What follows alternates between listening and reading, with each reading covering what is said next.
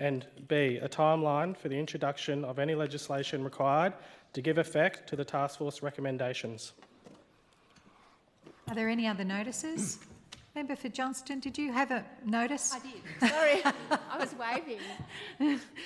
Thank you, Madam Speaker. Madam Speaker, I give notice that on the next general business day, I shall move that this Assembly notes the importance of safe, respectful and professional parliamentary workplaces, acknowledges that all members have a responsibility to model integrity, dignity and respectful conduct in every setting connected to their role, recognises that bullying, harassment, discrimination, intimidation and misuse of authority have no place in the Northern Territory Parliament, supports the establishment of a clear behaviour code for members with independent oversight, confidential complaint handling and a range of proportionate sanctions, and calls on the government to implement such a behaviour code as a priority to ensure parliamentary standards reflect community expectations and is consistent with best practice across the Commonwealth. And while I'm on my feet, I give notice that on the next general business day I shall move that this Assembly notes that while the Northern Territory has the Mental Health Strategic Plan 2019 to 2025 and the 2024 to 29 Mental Health and Wellbeing Plan, many Territorians, especially in remote, regional and Indigenous communities, still face major gaps in access to culturally safe and timely mental health support. Acknowledges calls from mental health advocates for long-term funding, better access to psychosocial support, earlier intervention and stronger cultural and community-led models of care. Calls on the government to fully fund the current plan, the current territory-wide mental health strategy, with a focus on prevention, early intervention and remote accessibility, expand culturally safe community-led mental health services, and commits to targeted consultation and engagement with the mental health sector and lived experience sectors to ensure the effective implementation of this plan as per the commitment made at the Health and Mental Health Ministers meeting in June. And finally, report annually on service access, wait times and outcomes across the Territory. Thank you, Madam Speaker. Are there any other notices? Are there any petitions? Member for Nightcliff. Thank you, Madam Speaker. I seek leave to present a petition not conforming with standing orders. Is leave granted? Leave is granted. Thank you. Madam Speaker, I present a petition from 204 petitioners praying for a review of the safety conditions for pedestrians and cyclists on Bagot Road. Madam Speaker, I move that the petition be read. The question is that the petition be read. Those of that opinion say aye. To the contrary, no. I think the ayes have it. Deputy Clerk. Petition praying for a review of the safety conditions for pedestrians and cyclists on Bagot Road, Darwin. Member for Nightcliff. Madam Speaker, I move that the petition be referred to the Public Accounts Committee to consider whether the petition should be debated. The question is that the motion be agreed to. Those of that opinion say aye. To the contrary, no. I think the ayes have it. Are there any other petitions? And before we go to question time, in the honourable members in the gallery this afternoon, we have 3 social work and humanitarian students from CDU, Mimi, Jayani and Salman. Welcome to Parliament House on behalf of honourable members. Are there any questions? Opposition Leader. Thank you, Madam Speaker. My question is to the Minister for Education and Training. Minister, I've been contacted by your Katherine constituents who are concerned that your CLP government is planning to turn Charles Darwin University Rural Campus into a corrections facility without any community consultation. Minister, can you confirm if this is true? If so, what is the time frame for CDU Rural Campus to be turned into a corrections facility? And Minister, why have you been hiding this from your own constituents and community? Minister for Education and Training. Thank you, Madam Speaker, and that's a great question. Thank you, Opposition Leader. It's certainly not something that has been hidden, Opposition Leader. It is I will answer my bit as education. I will hand over to the Corrections Minister afterwards. But I think we all know in this House that you're sitting on the opposite side of the chamber because you did nothing in this space. Law and order was out of control.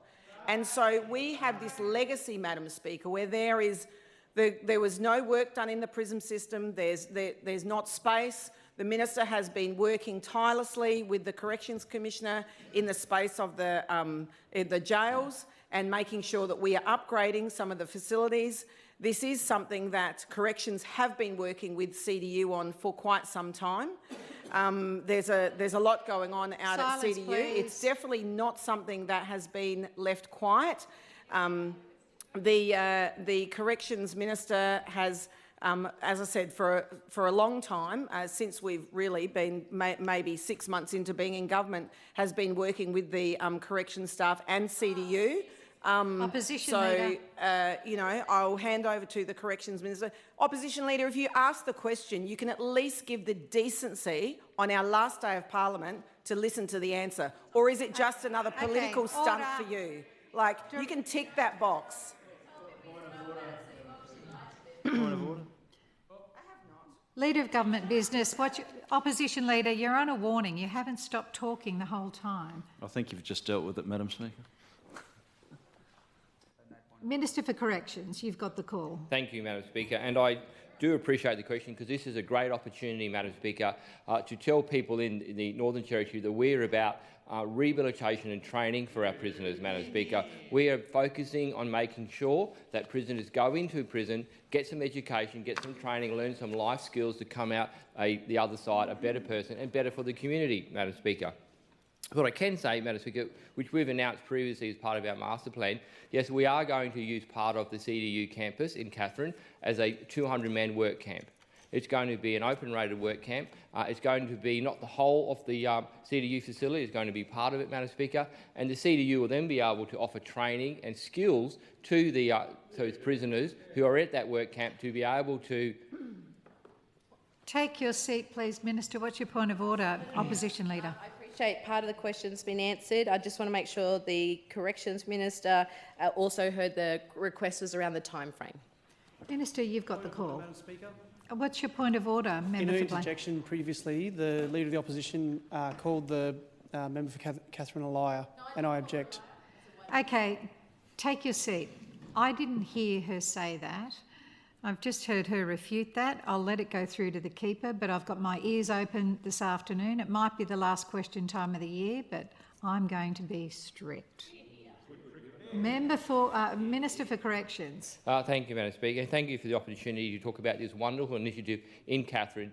We have been working hard with the CDU, and I know that the CDU board have made their own announcements about this. There is a memorandum of understanding that's going to be signed in the near future, and we really look forward to announcing some more details about this in the near future, Madam Speaker. But I can say we're focused on rehabilitation, and there will be an open-rated work camp in Katherine next year at some stage.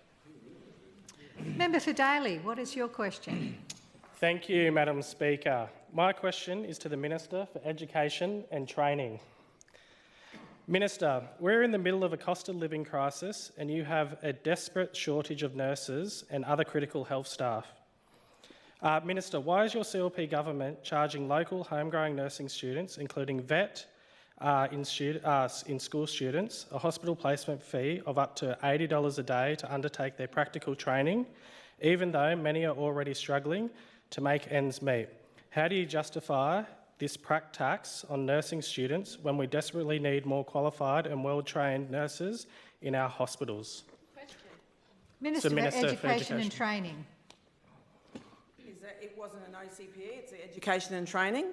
Yeah, about that. Those fees should be paid for by the university, so I don't actually have any more information on that. I will find out some more information for you and get back to you, but those fees should be actually paid for by the university. Member for Goyder, what is your question? Madam Speaker, my question is for the Chief Minister. Chief Minister, the former Labor government turned their backs on our police, providing inadequate funding, stripping down their powers and reducing police to a taxi service. As a result, officers left in droves and attrition blew out to a historic high of 10%. Chief Minister, can you please update the House on how the Finocchiaro CLP government is strengthening law and order through record investment, improved support for police and increased frontline officer numbers? Chief Minister. Thank you very much, Member for Goyder, and I know people out in your community in the rural area are very, very keen to see our police supported because everyone wants to live in a safe Northern Territory. And I know people in your community talk to you about this a lot and they're seeing the improvements we've already made 1 year in. But backing in our police is so critical to our mission to make the Territory a safer place. And that is why, as Chief Minister, I hold the police portfolio, because we want every single man and woman who pulls on that blue uniform every single day, leaving their family to go and protect ours, to know that they are front of mind. They are number one in the minds of this government, and community safety is our absolute number one priority. And we've backed that in. That is not just cheap talk, Madam Speaker, like the police used to cop from Labor. This is a completely different circumstance where we have backed them in with a record budget and a $1.5 billion budget across corrections, courts and police to support the entire justice system. We've delivered the best pay deal in 20 years for our police, Madam Speaker, sending a very clear message that we value the work they do. We have also made sure, Madam Speaker, that they have the laws they need to do their job. And every time I'm out in a police station, I'm talking to the front line. How's it going? What do you need? What powers can we change? What would make your life easier? What's taking the longest? What's a hassle? What can I fix? Tell me what we need to do to make the Territory a safer place. And I can tell you, Madam Speaker, boy, do they love it when I ask them that. I usually walk away with a long list and then we come here and pass it into Parliament. And that in and of itself is so rewarding for our police, to see their ideas here in the Parliament becoming law to make our community a safer place. And we did that right from the very first Parliament, going back to October last year, where we passed our Reducing Crime package, Madam Speaker. And the work we're doing is having a huge impact. We have reduced Labor's hideous attrition rates of above 10% down to 5.9%. And that is more cops on the street immediately, because they're not leaving. They are happier, Madam Speaker. We've graduated 182 police since coming to government and have 77 more than we did before we came to government, Madam Speaker, 77 more frontline officers. Tomorrow we will have the banned drinker order legislation, again another tool for our police. This afternoon we will debate police public safety officers, another game-changing reform to deal with antisocial behaviour, poor behaviour in public housing, on our public transport networks. We are a government that backs in our police. I want to thank them for everything they have done to date, everything over the cyclone and everything that's to come. We support you 100%. Member for Casuarina, what is your question? Thank you, Madam Speaker. My question is to the Minister for Mining and Energy. Minister, 2025 has been called a year of action, certainty and security. And nowhere is that clearer than in the resource sector, which continues to drive jobs, investment and royalties across the Territory. Minister, can you please update the House on how the government's strong focus on cutting red tape, streamlining approvals and reforming resource laws has delivered a new mining and energy projects this year, and how these actions are creating greater certainty for industry, new opportunities for Territorians, and helping to build a stronger, more secure Northern Territory economy. Minister for Mining and Energy. Thank you, Madam Speaker, and I thank the member for the Casuarina for the question, because he knows how important the resource sector is to the Northern Territory. It is to rebuilding the economy that was destroyed by the previous Labor government, Madam Speaker. Madam Speaker, the resource sector is the backbone of our Territory economy. There's no question about that. It delivers literally billions of dollars every year through jobs, through royalties, through supply chain work, for jobs for Territorians, jobs for local Territorians, Madam Speaker. No matter where you are in the Northern Territory, north, south, east or west, the resource sector is there, out employing Territorians, buying local products to be able to put out onto those mines, out into the land of opportunity where Member for Barkly speaks about so much. Madam Speaker, rebuilding the economy is simply not possible without a growing resource sector. And Madam Speaker, and one of the main reasons the resource sector grows is confidence. Madam Speaker, and that's what this government on this side have given the resource sector, confidence to go out to invest, confidence to go out and explore, because they know that this government backs them, Madam Speaker, and backs the resource industry. Madam Speaker, we've been laser focused. We've been driving new products. We've been streamlining processes. For example, the Minister for Environment about the merits review, how we changed those laws, how we changed the sacred site certificates, and we changed the payroll tax. Those are little things that add together to build confidence in the resource sector, Madam Speaker. We've established a territory coordinator, Madam Speaker, because that's what we're about. And those changes, Madam Speaker, have allowed us to have the first gold mine in Tennant Creek for 20 years at Nobles Knob. And I've been out there myself on a number of occasions, Madam, to see the local people out there working, to see the money they're bringing in. Operations recommenced at GEMCO, one of the world's largest manganese mines, Madam Speaker. Nolan's Rare Earth project is getting there, already kicked off. We know there's been a lot of interest in Australia and also nationally in that, Madam Speaker. And final investment is expected early next year. Madam Speaker, we know that there's been the first beneficial use of gas agreement signed between Tamboran and the traditional owners. This is a landmark agreement giving real opportunity and benefit to the local people around the area in the Beetaloo, Madam Speaker, allowing the traditional owners there to work on site and stay there in their country to be able to live there in their communities, Madam Speaker. APA have given confidence in investing $70 million in the new Stuart Plateau pipeline, creating 150 jobs, Madam Speaker. I've been out there having a look at the work they're doing, putting that pipeline in the ground in the Northern Territory, using local suppliers to be able to supply their construction and their pipeline, Madam Speaker. We've had record petroleum expenditure, including the new wells at the Beetaloo.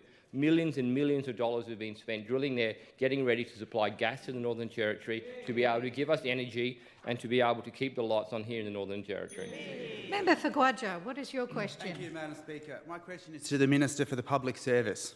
Andrew Kirkman is still listed as the Northern Territory email system as the CEO of the Department of Fisheries and Agriculture. The status of Mr Kirkman's employment is one of the Northern Territory government's greatest life mysteries. In April, Minister Maley said he had resigned. In June, Minister Maley said he hadn't resigned but was going to still be paid. You said his contract wouldn't be renewed when it expired in August. In September, Minister Maley announced a new CEO for the Department of Agriculture and Fisheries. But now it appears that Mr Kirkman never stopped being the CEO. Can you confirm if you are paying two CEOs to run the department? If so, was Mr Kirkman's contract renewed in August after all?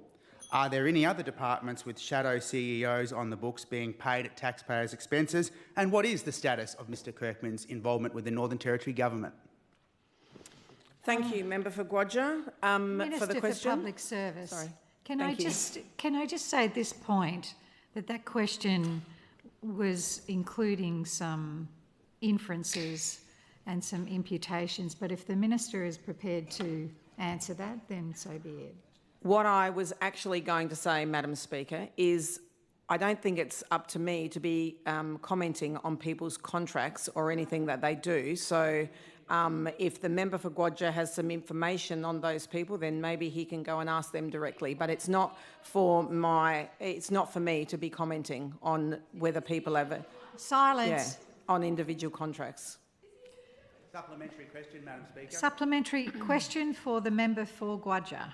Thank you, Madam Speaker. My question is to the Minister for the Public Service. Can you confirm if Minister Kirkman is still being employed and paid by the Northern Territory Government? Minister for Public Service. Thank you, Madam Speaker. Again, I'm not going to comment on someone's personal and on their working status or not. And this has come from an article from the NT Independent, and I'm certainly not going to be making comment from the NT Independent. Take your seat, Minister. What's your point of order, member for 110 relevance. The status of a CEO is absolutely important. Are they employed or not? There's no point of order. You are not. You cannot debate when you're asking a question. Minister, you've got the call. My understanding is his employment has ceased, and that happened in August. Member for Wanguri, what is your question? Thank you, Madam Speaker. My question is to the Minister for Tourism and Hospitality. Minister, Territorians want an economy that delivers jobs, confidence and opportunity. And we know tourism plays a major role in keeping local businesses strong, from affordable flights and choice in hospitality to retail, events and in our regions. Minister, many of these local businesses are in my electorate of Wanguri, and many of these constituents work in the tourism and retail industry. Minister, recently launched the Territory's new visitor economy strategy, and this year we've seen record crowds at events, strong interstate visitation and renewed confidence across the sector. Minister, can you update the House on how tourism is contributing to rebuilding the Territory's economy, what the strategy will deliver in the years ahead, and how government reforms are strengthening the Territory's position as the best place to live, work and invest? Minister for Tourism and Hospitality. For that very important question. And I just want to give a big shout out to Bill's Bar and Grill, which I know is in your electorate, and they do the best steaks in the northern suburbs. So a big shout out to them, who of course are a very important part of our tourism and hospitality industry. Madam Speaker, I think everyone in this House knows that when tourism thrives, the Territory thrives. And of course, tourism is one of our 5 key pillars. And we have certainly seen a big change in tourism over the last 12 months or so since we've come into government. We are recorded as the strongest growth in visitor numbers and expenditure against the rest of the country. Tourism and visitation is up, with a 19% increase in overnight trips and a 13% lift in visitor spending. And Territorians can already feel the difference. Madam Speaker, our plan is working, and our work to deliver is delivering for Territorians. We launched the Visitor Economy Strategy just a few weeks ago, which is a whole-of-economy plan. It doesn't just focus on leisure tourism, which is what previous tourism plans used to. It makes every dollar work harder for the Territory and for Territorians. Our goal is to increase to $2.2 billion in visitor spending, and to increase to 1.5 million trips by 2032. The Territory is back, Madam Speaker, and we're only just getting started. We have now done the legislation just yesterday to merge tourism and events together for the new entity, Tourism and Events NT, that powerhouse team now that will continue to deliver, like they have done in the last 12 months, all of those major events, bringing together all of the amazing things that we have in the Territory to offer our visitors. We want people to know that the Territory is the place that you come to work, live, invest and, of course, visit. And I'll say it again, Madam Speaker, because when the tourism thrives, the Territory thrives. I think that's really important. And I want to thank all of the industry participants who had come together over the last 12 months, all talking to me about what they want to see for their industry. And I've seen them in Central Australia, I've seen them in the Barkly, I've seen them in the Big Rivers region, and I've seen them in the top end. They all came together. They said, remove the silos, let industry lead the tourism sector, and that's certainly what I'm all about, Madam Speaker. They are an amazing group of people, and I can tell you now, Madam Speaker, that this is what action, certainty and security looks like. Member for Arafura, what is your question? Thank you, Madam Speaker. My question is to the Treasurer. Your government has clawed back the last $35 million from a $135.5 million commitment to transition Jabiru to a tourism town. This is despite the funding being committed through an MOU between the Mirarr traditional owners, the NT and Commonwealth governments and ERA. It means construction of the Bininj Resource Centre and other projects have been stopped in its tracks despite being greenlit by TOs and other stakeholders. Can the Treasurer explain how the Territory Government can renegotiate on a signed commitment involving traditional owners and the Commonwealth and other major mining companies? Treasurer. Thank you, Madam Speaker, and I thank the member for Arafura for the question. And I think we spoke about this earlier on in the year, and I gave some explanation back then. We've been working with a mining company on that transition, and there was some funding put aside for Jabiru. But due to the dire situation that we found ourselves in on coming into government and the level of debt that we've been facing, and I go back to the $1.5 billion black hole we found in unfunded liabilities. We had to make some difficult decisions leading into this year's budget. And part of those decisions were reprioritising funds to where they were best needed. Now, there's some work being done at Jabiru, and we continue to do some work with the residents in Jabiru.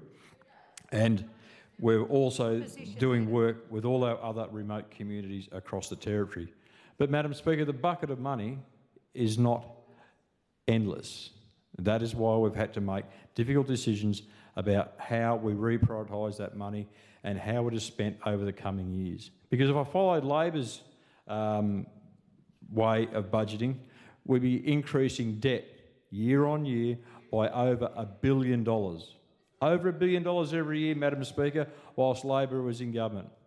They came into government, and for the 8 years that they were in government, they increased debt by over $1 billion per annum.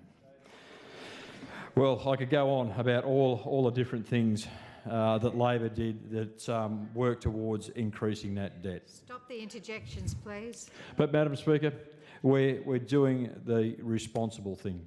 We're looking at the budget as it stands, where we've had to reprioritise some money to make sure that we're delivering for all Territorians.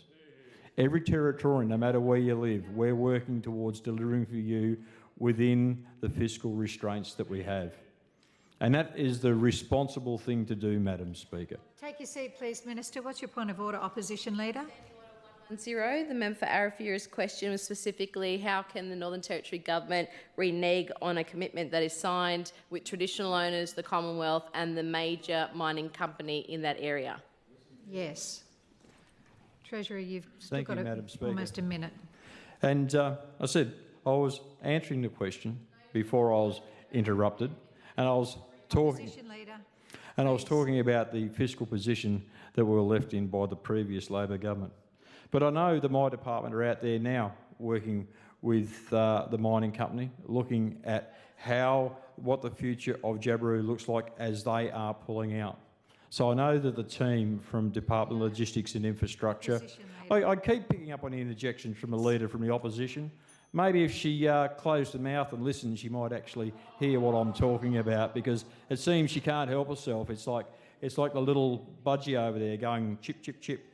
But anyway, Madam Speaker, we continue to work with the mining company. Point of order, Madam Speaker.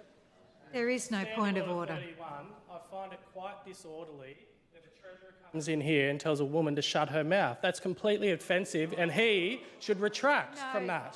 Look, there is no point of order. I think we commonly tell each other to be quiet. He didn't tell her to shut up. Why are you on your feet for a point of order? A question, okay. Member for Blaine, what is your question? Thank you very much, Madam Speaker. My question is to the Treasurer. Treasurer, this year the CLP Finocchiaro government introduced its first budget. This budget included a record $1.5 billion law and order spend, delivering cost of living support and investing in rebuilding our economy. To right Labor's budget wrongs, our government invested in programs like Homegrown that are making a real difference to Territorians' lives and literally rebuilding our economy back from the train wreck that our government inherited. Treasurer, how has the CLP rebuilt the Territory's budget and its economy in 2025? Treasurer. Thank you, Madam Speaker, and it's great to be able to stand here and talk for once positively about the economy. It's the first time in a long time we've been able to do that, I can tell you, Madam Speaker. And I want to thank the member for Blaine for the question, because I'm proud to put on the record that this has been the best year for the Territory economy in many a long year, Madam Speaker. With the Territory leapfrogging from last place to fourth place in the most recent ComSec State of the States report, a report that the other previous Labor government used to throw in the bin. They didn't believe in it, Madam Speaker. The Territory is back on the scene as the investment destination of choice and the best place in the country to do business, Madam Speaker. Madam Speaker, it all started with the CLP's homegrown Territory grants. In October last year, a little over a year ago, the CLP rolled out our election commitment, delivering the most generous first homeowner grant scheme in the country. In addition, the CLP government offered an Australian first as part of this program, $30,000 Fresh Start grant, which supports those looking to make a change and put down roots in the Territory, Madam Speaker. To date, over 130 families have taken up the CLP's Fresh Start support, with over 30 of these families, Madam Speaker, settling in the rural area to experience Territory lifestyle the CLP has fought so hard to restore. Madam Speaker, across the Homegrown Territory program, our government has now approved over 1,200 applicants, with over 350 new builds in the pipeline and counting, Madam Speaker. That is great news. With a boost to the Territory's property market that it hasn't seen for years, housing prices have recovered and are starting to grow for the first time. Not because the Territory has become unaffordable, but because under this CLP government, Madam Speaker, homes in the Territory are actually worth something now. With our construction fuel economy on the move, we've seen this positive economic ripple right across the different sectors and into our population growth, which has increased by 1.3%, Madam Speaker, over the year to March. Madam Speaker, this is great news. This is news that we haven't heard in a long time. And Madam Speaker, as we look forward to 2026 and finally leave the years of Labor's economic decline behind, the CLP is ready to keep building and keep delivering as we continue to rebuild the Territory economy for every Territorian, Madam Speaker, not just those select few, every Territorian. So we've extended our homegrown grant for another year. We continue to slash red tape so our economy can grow unbounded, and we're already gearing up for our next budget. Madam Speaker, we're placing the Territory on a new path to keep building on the CLP's economic wins in 2025 and keep them going into the future, Madam Speaker. Member for Johnston, what is your question? Thank you, Madam Speaker. Madam Speaker, my question is for the Minister for Corrections. Minister, media reports today state that children in Alice Springs are being essentially vanished off the streets. These reports say your government has changed a critical policy regarding the transfer of young people from Alice Springs to the Darwin Holtz Youth Detention Centre, specifically that parents or responsible adults no longer need to be notified before a child is moved. I note that there is laughter on the other side of the chamber. Minister, can you confirm whether this policy has changed? If so, why was it changed? And on what basis does the government believe it's acceptable to relocate a child 1,500 kilometres away without informing their parents or the people responsible for their care? Minister for Corrections. Madam Speaker, I'm not sure what world the member for Johnston lives in. People don't just vanish. And if they do, report it to the police, Madam Speaker, because I'm sure that's some sort of crime, but that happens, Madam Speaker. Look, Madam Speaker, looking after young people here in the Territory is a responsibility we take seriously, Madam Speaker, because we know that it's our best chance to get in early and offer these young offenders some rehabilitation, some training, some structure in their lives, Madam Speaker. Unfortunately, they aren't getting that in their communities or wherever they come from, Madam Speaker, because that's why they go into detention, Madam Speaker. And let me tell you, Madam Speaker, from my experience, children aren't putting into detention at the first when they go and steal a bag of lollies, Madam Speaker. There's normally a lot of work, a lot of intervention done before they end up in detention, Madam Speaker. And I think it is really time, Madam Speaker, for some of these parents to take personal responsibility for the decisions they make about their families to put these children into situations where they're in custody, Madam Speaker. They come from backgrounds that I've done care and protection matters in court, Madam Speaker. I've read these affidavits. I'm almost in disbelief that this is happening in right here and now, but it is, Madam Speaker. So it is time for some of the parents and some of the communities to step up here and take responsibilities for their children, Madam Speaker. But when they are put with us, Madam Speaker... Take your seat, please, Minister. What's your point of order, member for Johnston? 1110 relevance. The question was, has the policy been changed, and if so, why? The minister's got plenty of time to Just answer. question, these children don't just vanish and end up in jail, Madam Speaker. They go to court. And the court process normally takes months and months, Madam Speaker. So for the member for Johnston to say that the parents don't know about it, how would you not know that your child has been to court and going through the court process over months and months, Madam Speaker? And if they didn't know about it, maybe it's back to that personal responsibility. What have they done to look after the child who's been to court on numerous occasions over months and months, Madam Speaker? It's time for some personal responsibility here from the parents and the community to take. The government can't fix everything, Madam Speaker. We need a joint partnership with the parents and with the community, and unfortunately, Madam Speaker, that is not happening. Minister, take your seat. What's your point of order, opposition? 0. The question is specifically around the removal from one detention centre to another without parents or guardians being informed. Can you please respond to the that? Minister is answering the question. It might not be to your This has liking, been- but he is answering. These children aren't just vanishing, Madam Speaker. This is part of our master plan. We have known and we have publicly announced many times that there's a new Holtz Detention Centre here in Holtz. The young offenders come from wherever they are in the Northern Territory to there because, Madam Speaker, they get to go to school, Madam Speaker. They get to go to school, Madam Speaker. They get to learn about things. Again, back to the... Member for Johnston, there is no point of order. He has been answering the question. If you're going for relevance... Has the policy changed? And if so, why? Not Take everything your else seat, you're Member for talking about. Johnston. Minister, it's your call. About giving these services, and that's why these children vanish and end up in education. They end up in school, Madam Speaker, because that's where the detention's about. Where they're in there in Holtz, Madam Speaker, they have wraparound services. They go to school. They have an opportunity to listen to people, go to educators, to the medical assessments they need, Madam Speaker. This is about making sure these young offenders have an opportunity to come out a better person and not end up there and try and break that cycle of reoffending, Madam Speaker, so we can go back in the community and make sure these children have a meaningful life. Member for Drysdale, what is your question?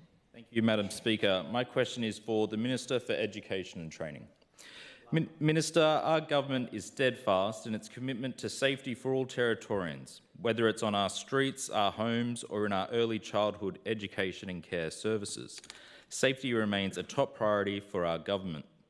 Minister, can you please update the House on the measures our government is taking to protect our youngest Territorians, ensuring their safety and well-being, while their parents and carers engage in employment and training? Minister for Education and Training. Thank you, Madam Speaker, and I thank the member for Drysdale for the question. And as a younger person with younger children, he knows the very, all about the importance of making sure we keep our kids safe in care while parents go to work. Our government remains steadfast in our commitment to the safety of our most vulnerable Territorians in care every single day, Madam Speaker. Their wellbeing is not just our priority, but it's our responsibility. And as the Minister, I take this with extreme caution and care.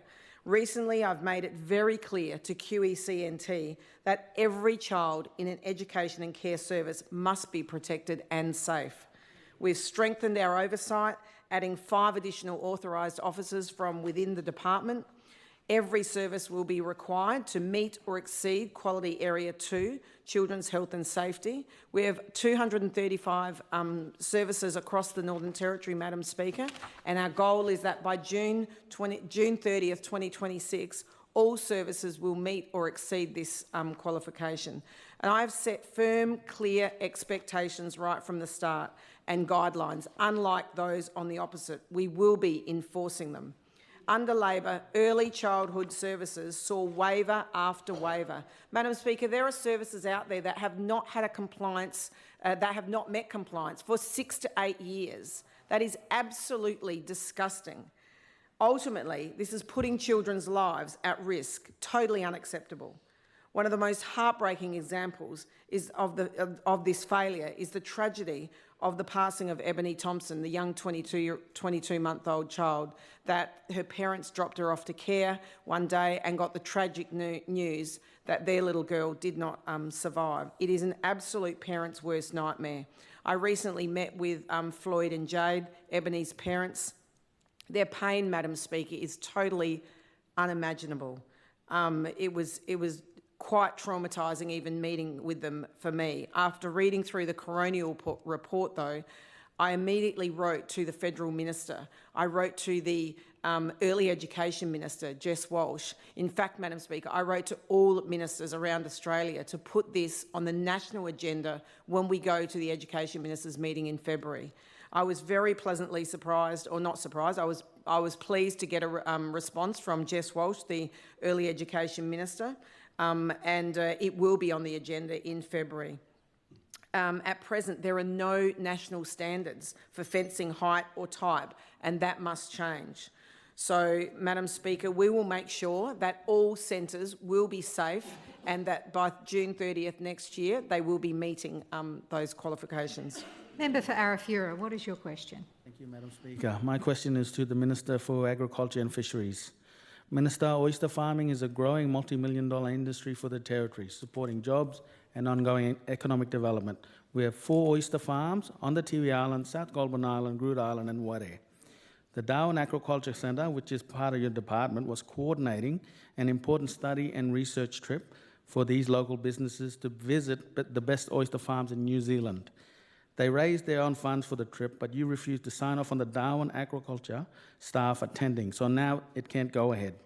Minister, your government claims it's all about backing local businesses, so why have you made such a short-sighted and thoughtless decision? Will you reimburse these local businesses for the money they have lost on the bookings because you have deliberately sunk the ship? Minister for Agriculture and Fisheries. Thank you, Madam Speaker. Madam Speaker, when we come into office, I did a deep dive into the department, and there have been some work done on oysters for 10 years, Madam Speaker, by the previous government. And what we found out, Madam Speaker, for the last 10 years, these oysters have been growing, but you can't sell them. And for some reason, the previous Labor government didn't take the steps to be able to make these oysters to be able to sold to the general public, Madam Speaker.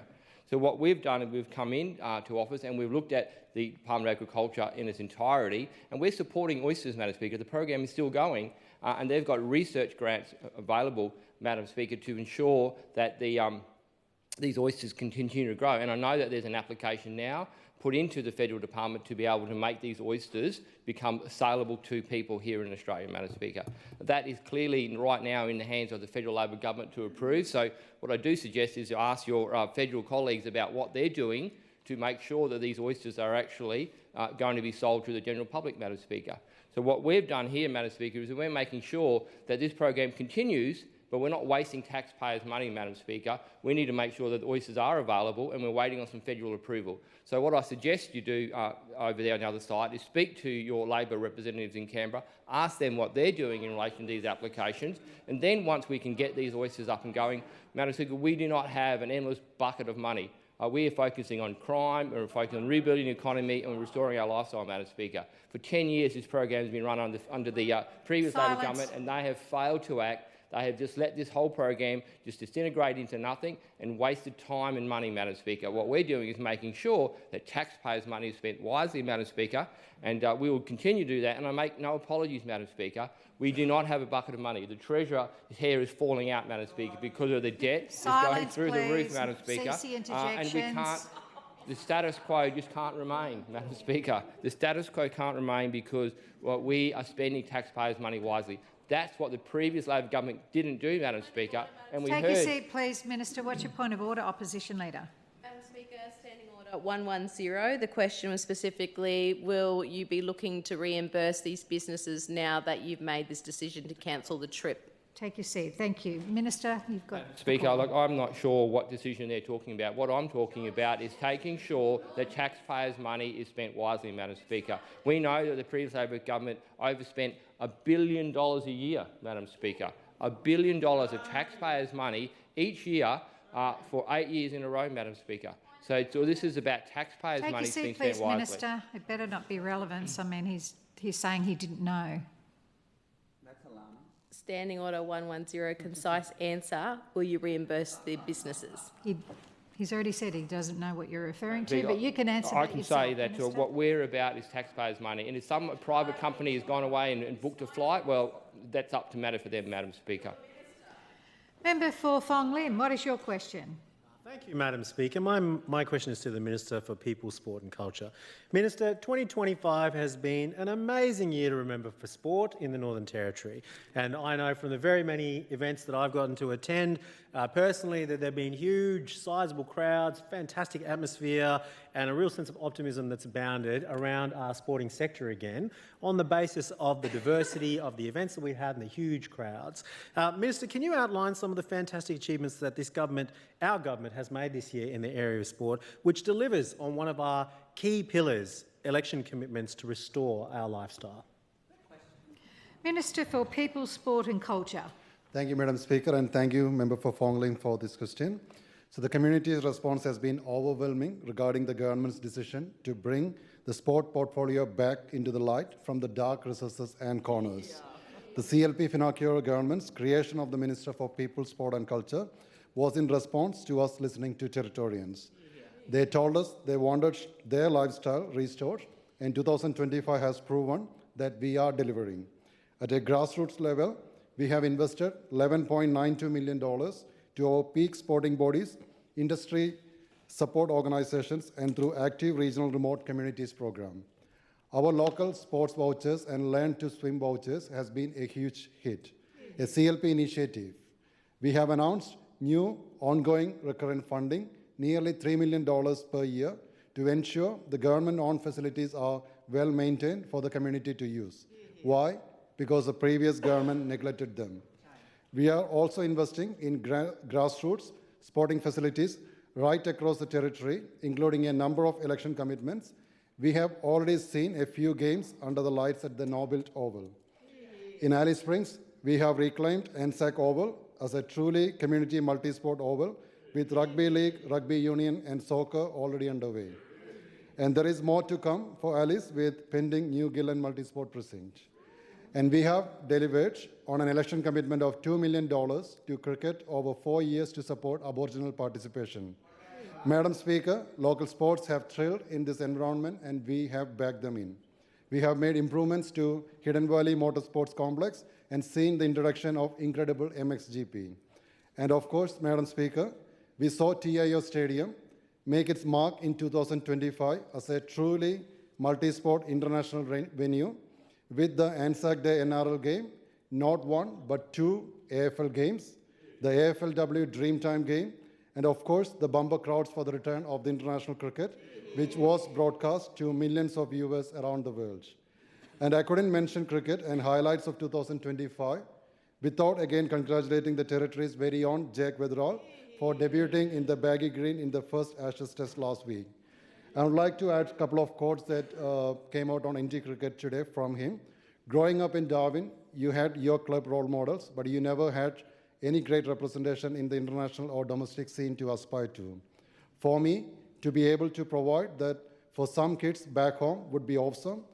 The boys and girls there to be able to show that there is pathway from playing in the Northern Territory.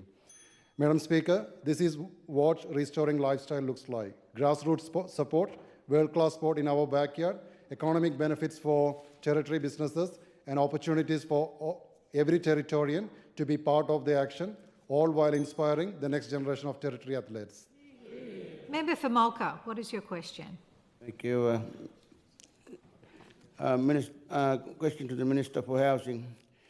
How is the government working with Rio Tinto and other stakeholders to increase housing stock in Nhulunbuy, where there is a significant shortage of housing for services providers and businesses who service the northeast Arnhem Land region? Minister for Housing.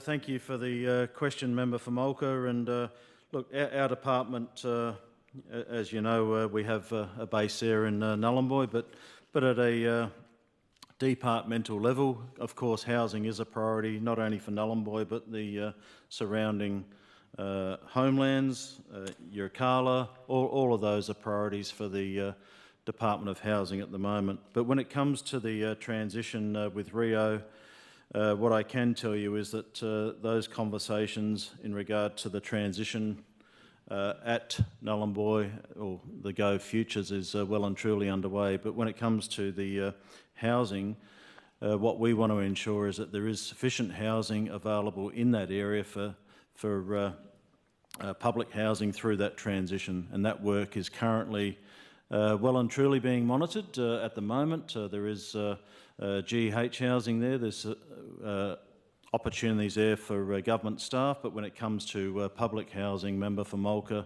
the work that is being done as part of that transition is all part of the overall transition. But what I can assure you is that housing is at the forefront of what we're looking at right across the board at the moment. So in short, housing is a priority, Member for Mulga. It's a priority in all parts of the Northern Territory, and of course through the $4 billion housing agreement over the next 10 years. The remote housing is picked up under that $4 billion package, and we are still working, and we are working to build the 2,700 homes over the next 10 years. So, Member for Mulga, that work is continuing. We are still committed to $40 million a year for homelands, the remote housing package, and in Nhulunbuy itself we are working as part of the Gove Futures transition to ensure that there is sufficient housing for everybody living in that area. But more than happy to speak to you offline about any concerns that you have in that particular area, because I know that through some of our past conversations, I know how interested you are and how committed you are to ensuring that all of those issues are dealt with as part of the Gove transition. So more than happy to sit down with you, Member for Mulga, and go through any particular concerns or issues that you have when it comes to housing in Gove, Yirrkala and all of those areas nearby. Happy to do that, but that's essentially where things are up to with housing through the Gove transition. Member for Karama, what is your question? Thank you, Madam Speaker. My question is to the Minister for Lands, Planning and Environment.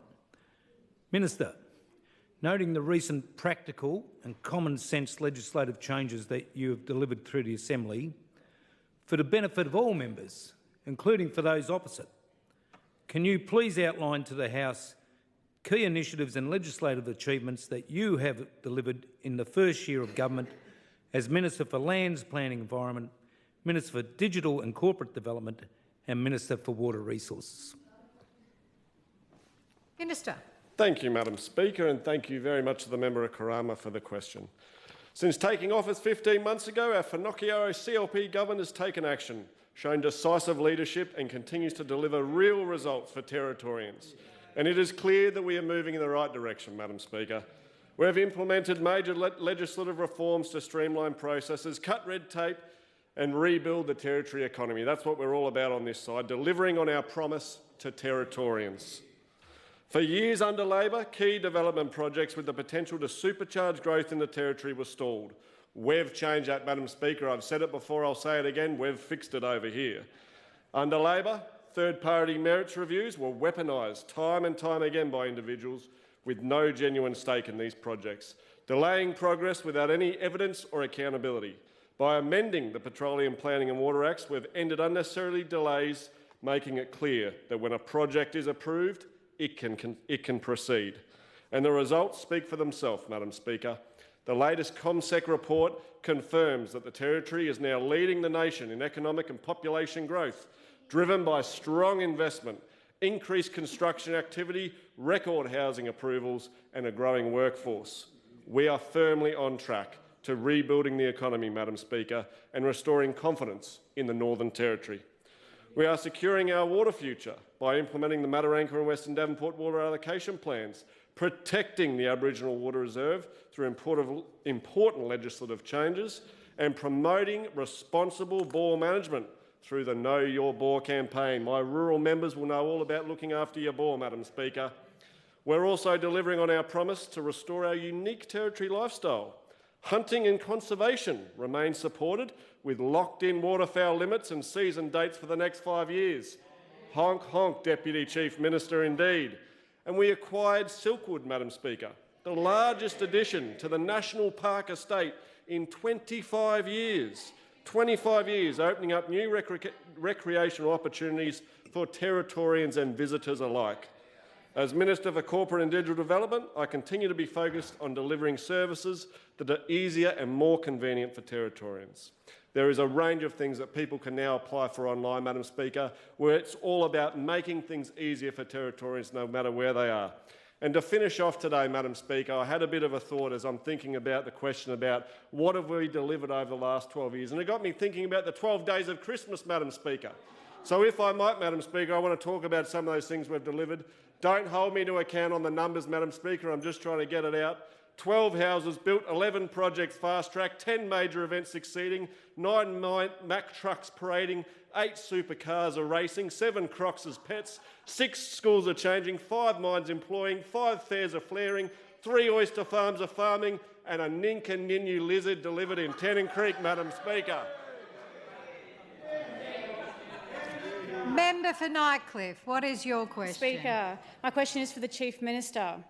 Chief Minister, in the review of the banned drinker register, there are 4 recommendations, 2 of which apply to venues supplying alcohol.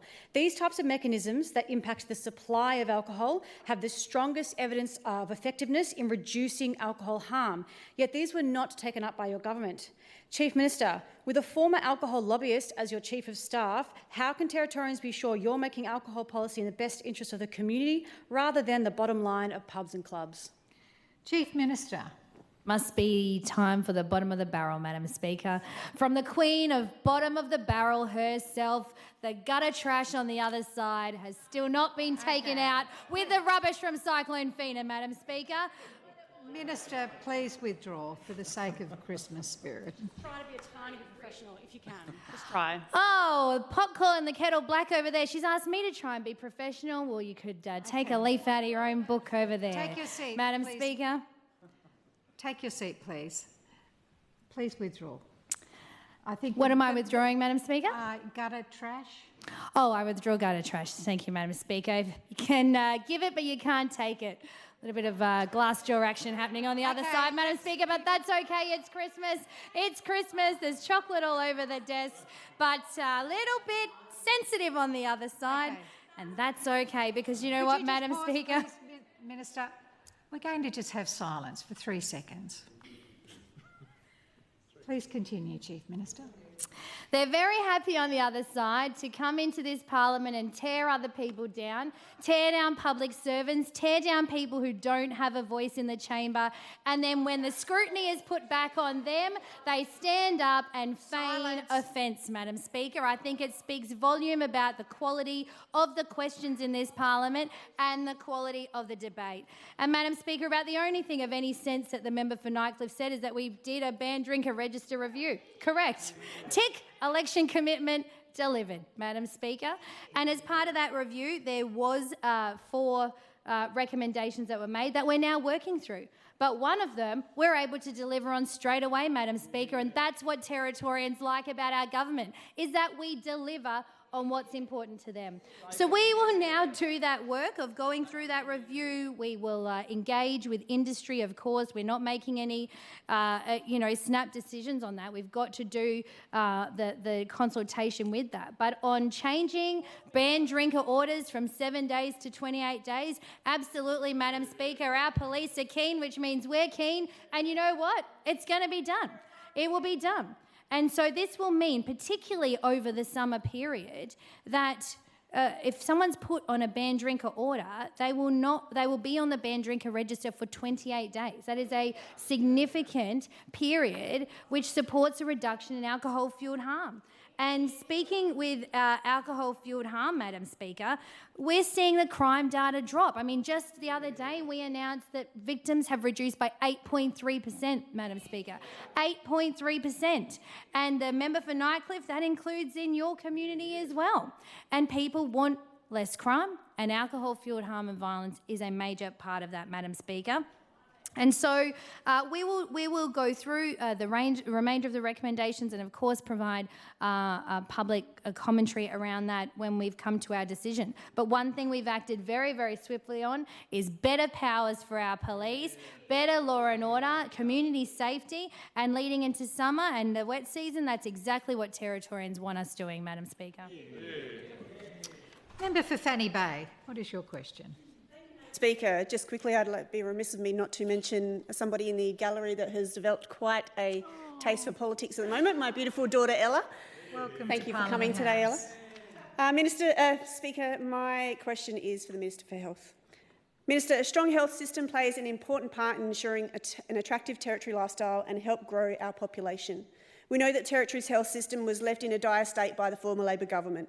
Surgery wait times blew out to the worst in the nation, and there were regular and seemingly endless code yellows and reports of regular assaults on our hard-working, dedicated healthcare workers, many of whom reside in the Fanny Bay electorate and make up an integral part of our primary and allied healthcare system.